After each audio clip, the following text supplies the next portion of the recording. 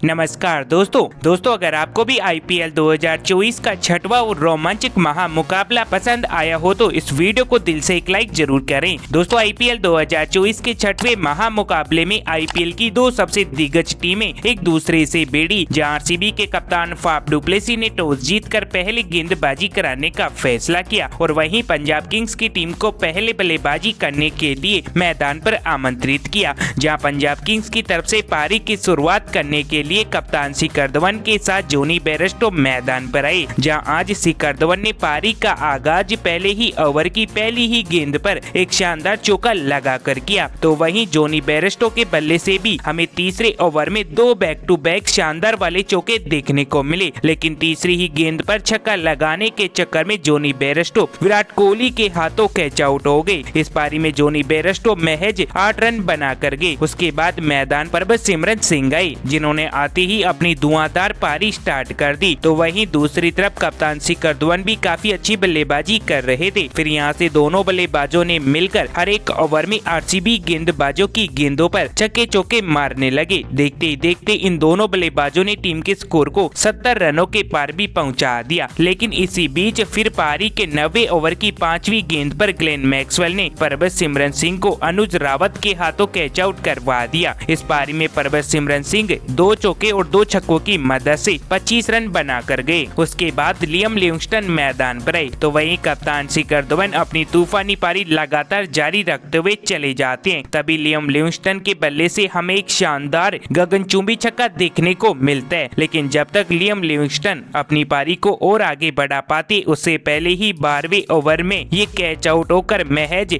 17 run बनाकर लौट जाते हैं। उसके बाद सेम करन मैदान पर आते हैं, लेकिन तभी अगले ही ओवर की पहली ही गेंद पर शिखर धवन विराट कोहली को अपना कैच थमा बैठते हैं। इस पारी में धवन 45 रन बनाकर जाते हैं। उसके बाद नए बल्लेबाज के रूप में जितेश शर्मा मैदान पर आते हैं। फिर दोस्तों यहां से जितेश शर्मा और सेम करन आपस में मिलकर अपनी टीम के स्कोर को 150 रनों के पार पहुंचाते हैं, लेकिन फिर लास्ट के ओवरों में आकर सेम करन कैच आउट होकर 23 रनों पर पवेलियन लौटे जाते हैं। फिर सजन सिंह मैदान पर आते हैं। फिर यहां से जितेश शर्मा और सजन सिंह के बीच में एक छोटी सी पार्टनरशिप देखने को मिलती है। इस साझेदारी की वजह से पंजाब किंग्स की टीम ने 20 ओवरों में 176 रन बना लिए और आरसीबी को जीतने के लिए लक्ष्य दे दिया 177 रनों का। उसके बाद जब आरसीबी की टीम बल्लेबाजी करने के लिए मैदान पर आती है तो टीम की शुरुआत बेहद शानदार रहती है, जहां ओपनर बल्लेबाज विराट कोहली पहले ही ओवर में बैक टू बैक 3 चौके लगाकर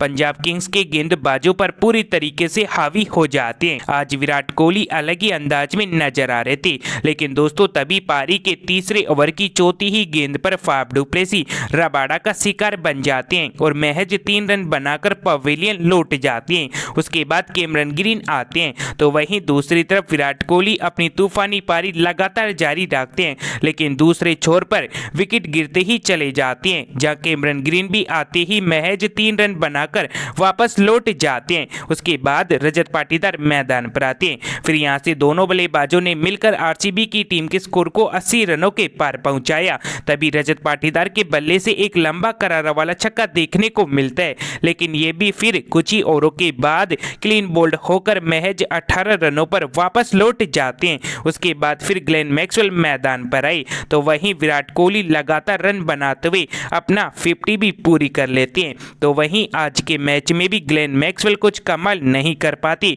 और महज 3 रनों पर ही क्लीन बोल्ड हो जाते हैं। दोस्तों 103 रनों पर ही आरसीबी ने अपने 4 बड़े विकेट गंवा दिए। उसके बाद अनुज रावत मैदान पर आते हैं, जहां एक तरफ विराट कोहली टीम के विकेट्स बचाते हुए काफी बेहतरीन तरीके से पारी खेल रहे थे, लेकिन फिर इन्हें भी पारी के 16वें ओवर की लास्ट गेंद पर हर्षल पटेल ने हरप्रीत बरा के हाथों कैच आउट करवा दिया। इस पारी में विराट कोहली 77 रन बनाकर जाते हैं। उसके बाद दोस्तों दिनेश कार्तिक मैदान पर आए, जिन्होंने आते ही ताबड़तोड़ अंदाज में बल्लेबाजी करना शुरू कर दिया, लेकिन जब तक अनुज रावत उनका साथ निभा पाते वो भी 11 रन बनाकर पवेलियन लौट गए और फिर मैदान पर महिमा लोमोर मैदान पर आई। फिर यहां से दोस्तों दिनेश कार्तिक और महिमा लोमोर ने जो ताबड़तोड़ बल्लेबाजी की, जिसे देखकर तो हर कोई हैरान हो गया। जहां दिनेश कार्तिक ने आज महज 10 गेंदों में ही 2 छक्के और 3 चौकों की मदद से 28 रन बनाकर आरसीबी की टीम को ये मैच 4 गेंदें शेष रहते हुए